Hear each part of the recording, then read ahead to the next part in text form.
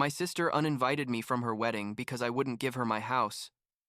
But when she discovered the truth, she begged for forgiveness, but it was too late, and my family never saw coming what I did. I'm 34 years old, I work remotely as a graphic designer, and I've basically been living in what used to be my family's lake house for 7 years now. Except, it's my house now. I bought it, I paid for it, and yet my family still acts like it's communal property where everyone can just show up whenever they feel like it. What happened last year with my sister, Rachel's wedding, was the breaking point, I guess. But to understand why things exploded the way they did, I need to go back a bit, to 2017. When all of this started, the lake house was inherited by my parents, William and Nancy, from my maternal grandparents back in 2010, I think, or maybe 2009. I'm not completely sure. It was an old house, like 70s style, with that rustic cabin aesthetic that has its charm, but definitely needed work. You know, old pipes, almost non-existent insulation, a roof that probably should have been replaced 10 years earlier. We'd go there in the summer when we were kids, Rachel and me, and I have good memories of those times. I'm not going to lie, but they were just vacations, a couple weeks a year at most. My parents never really invested in keeping it up well because it was never their primary residence, just a place to hang out occasionally. So in 2017, Rachel was about to start college. She was like 18 years old, just turned, and she had her heart set on going to this super expensive private university on the East Coast. Her dream school, as she called it. The problem was she didn't get the full scholarship she was expecting. They only gave her like half, and my parents simply didn't have that kind of money saved to cover the rest. I was 26 at that point, had been working remotely for a few years and making pretty good money, and I had saved some money. Not a fortune, but I had some decent savings. One night my parents called me and proposed something. They said, "Look, we need liquidity to pay for Rachel's college. What would you think about buying the lake house from us? We'll give it to you at a family price, like significantly below market value, and with that money we can make sure Rachel goes to her university without us going into debt up to our necks with student loans." The truth is, I thought about it quite a bit. The house needed work, a lot of work, but the location was incredible and I was already working remotely, so in theory I could live wherever I wanted. I told them yes, that I'd do it, and in September 2017, we closed the transaction. I paid $180,000 for a property that was probably worth like $280 or $300 on the market. So yeah, it was a good deal, but it was still almost all my money. I basically emptied my savings to make this possible. We signed all the papers, did the legal transfer of the property, everything was in my name, there was no ambiguity about who was the owner. I was the owner, period. What my parents didn't anticipate, or maybe they just didn't care, was that I was really going to live there. I think they assumed it would continue being like before, a vacation house where I'd spend some weekends, and they and Rachel would keep using it when they wanted. But I had other plans. I spent the next 4 months, from September to December 2017, renovating that house myself. And when I say renovating, I'm not talking about painting the walls and changing the curtains. I'm talking about heavy work, replacing all the pipes, updating the complete electrical system, installing new insulation in the walls and attic, changing the old windows for double-paned ones so I could live there in winter. Completely renovating both bathrooms, updating the kitchen, sanding and varnishing all the wood floors. I hired professional help for things I couldn't do myself, like electricity and plumbing, but I did a lot of the work with my own hands, complete weekends, sanding floors, painting, installing things. I spent another $45,000 on those renovations. I'm not exaggerating. I kept all the receipts. In January 2018, I officially moved in. That was my home now, my primary residence, not a vacation house. I had my office set up in the second bedroom, my stuff everywhere, my life established there.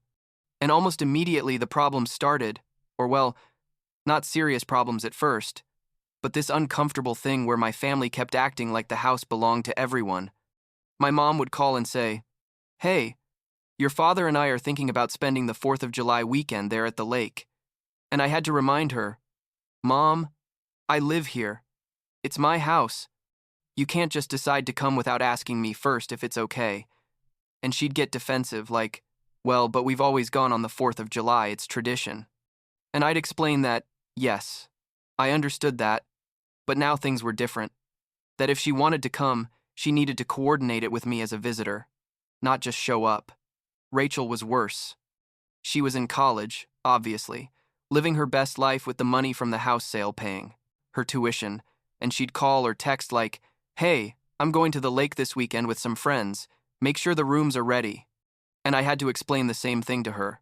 Rachel, you can't do that. This is my house now. I live here. I work here.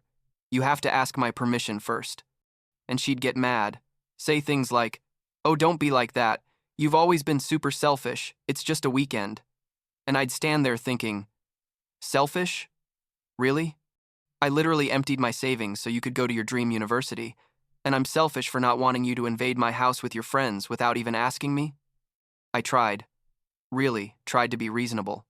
Sometimes I'd let them come, when it made sense and when they asked me with advance notice. My parents came a couple times. Rachel came with Kevin, her college boyfriend, on a couple occasions, but I always felt like I had to justify why it was my space, why they needed to respect that I lived there. It was exhausting, honestly. In 2019, my partner Alex moved in with me. We met online.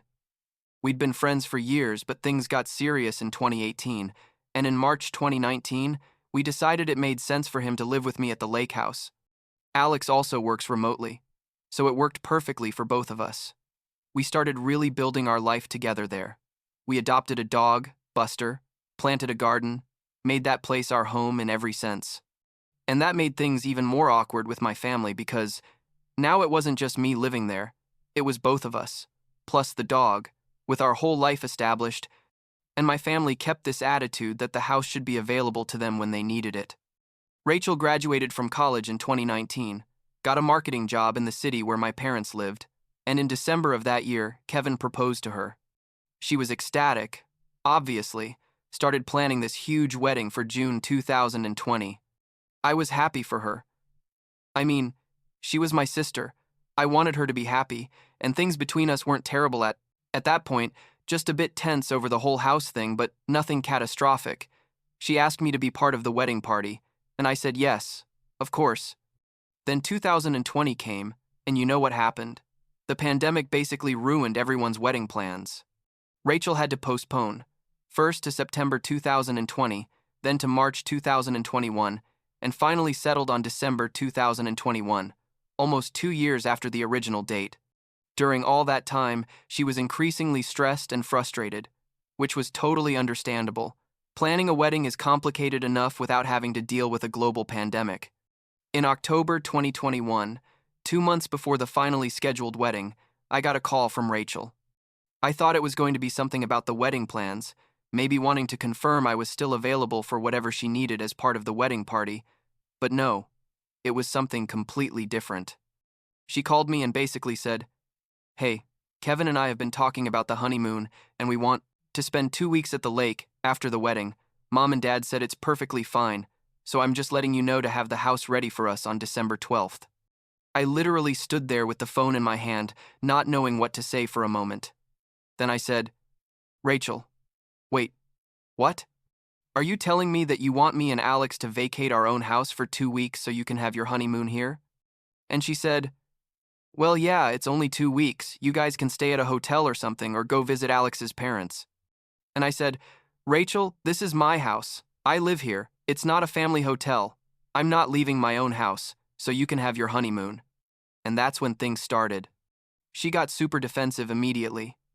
Started with this thing about how I've always been selfish, that I never think about anyone but myself, that it's only 2 weeks and that she's my sister and she's getting married and this should be a priority for me. I explained that I understood her wedding was important, that I was happy for her, but that she literally couldn't ask me to leave my home for 2 weeks. That if she wanted a private honeymoon, there were literally thousands of places she could go. Cabins she could rent, hotels, resorts, whatever. And she insisted she wanted the lake, that it was special to her, that we had memories there from when we were kids. I said, look, Rachel, If it had been just a weekend and you had asked me with months of advance notice, maybe we could have worked something out. Alex and I could have gone somewhere for a few days, but 2 weeks is ridiculous. And besides, you're basically ordering me to do it, not asking. Plus, it's December, it's cold, the heating is on all the time. Buster is here, our dog. What are we supposed to do with him? Leave him in a kennel for 2 weeks while you and Kevin play house in my house? Rachel hung up the phone, angry. Half an hour later, the calls from my parents started. First my mom, then my dad, then both of them, together on a conference call. It was basically the same conversation over and over, telling me I was being incredibly selfish, that Rachel had to wait almost 2 years for her wedding because of the pandemic, that the least I could do was give them the house for 2 weeks for their honeymoon, that she was my little sister and I should want to do this for her. My dad even said something like, "Look, Nicholas, we sold you that house at an incredible price. We saved you like $100,000. I think you can make this small sacrifice for your sister." And that really pissed me off. I said, "Dad, I bought that house. I bought it. It wasn't a gift. It wasn't charity. I paid $180,000 for it and then invested another $45,000 making it livable. That house is mine because I paid for it, not because you gave it to me. And yes, you gave me a family price, and I'm grateful for that. But I didn't buy that house to keep being the unpaid manager of a family vacation property. I bought it to live in it. It's my home." And he kept saying I was being dramatic, that it was only 2 weeks, that family should be more important than personal comfort. The calls continued for days. Rachel sent me long text messages about how I was disappointing her on the most important day of her life, how I'd never been a good brother, how the only thing I cared about was myself. My parents called every other day with new arguments about why I should do it. At one point, my mom even suggested that maybe Rachel and Kevin could share the house with Alex and me during those 2 weeks, like we'd stay in our bedroom and they in the other one. And I thought, are you kidding? You want us to share the house with newlyweds on their honeymoon? In what universe does that make sense? I held my ground. I told them over and over, I'm not leaving my house, period. If Rachel wants to do a honeymoon at a lake, there are 1,000 properties she can rent. I can even help her look for options, but my house is not available. And in response, Rachel sent me a message saying I was no longer welcome at the wedding, that she was removing me from the wedding party, that I was basically uninvited from everything.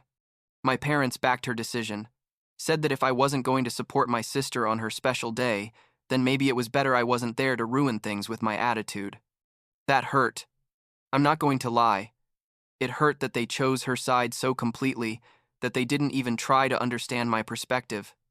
I talked to Alex about everything and he was furious on my behalf, said my family was completely out of line, that it was absurd they expected us to leave our house. He completely supported my decision, told me to do what felt right, but that he had my back no matter what. The only person in my family who called me and actually listened was my Aunt Dorothy, my mom's sister. She called me like a week before the wedding and said, "Nicholas, your mom told me what's going on and I just want you to know, I think you're doing the right thing. It's your house. You bought it. You renovated it. You live there. You have no obligation to leave it just because Rachel wants to use it." She asked if I was sure of my decision. I told her yes, and she said, "Well then hold firm. Don't let them make you feel guilty for setting reasonable boundaries." That conversation helped me more than she probably knows. The wedding was December 11, 2021. Alex and I stayed at the house that weekend. We did normal things, worked a bit, watched movies, went for walks with Buster through the woods near the lake. It was cold, but it was nice, all quiet and snowy. I'm not going to pretend I didn't feel bad about not being at my sister's wedding. Obviously, I felt weird. But at the same time, I knew that if I had given in, if I had let them pressure me out of my own house, I would have set a horrible precedent. I would have been telling them they could ignore my boundaries as long as they pushed hard. Enough. About 3 weeks passed after the wedding without any contact with my family. 0 calls, 0 messages, nothing. I wasn't going to be the first to reach out. I felt I had nothing to apologize for. Then, in early January 2022, I got a text message from Rachel.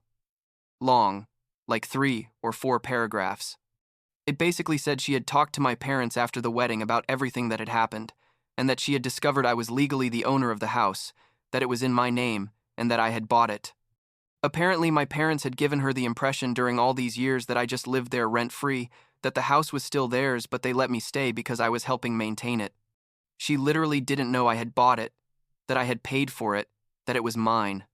In her message, she said she now understood better why I had refused, that it had been unfair to ask me to leave my own property, and that she was sorry. But she also said she still felt I could have been more flexible, that it was her honeymoon and 2 weeks wasn't that much time. It wasn't exactly a complete apology, but it was something, I guess. I responded with something short, like, thanks for the message. I understand there was a miscommunication. I hope you and Kevin had a good wedding. I didn't say anything else about the honeymoon issue or about being uninvited. I didn't have energy to reopen all that. Since then, things have been okay, but not like before. I talk to my parents occasionally, superficial conversations about the weather or work, nothing deep.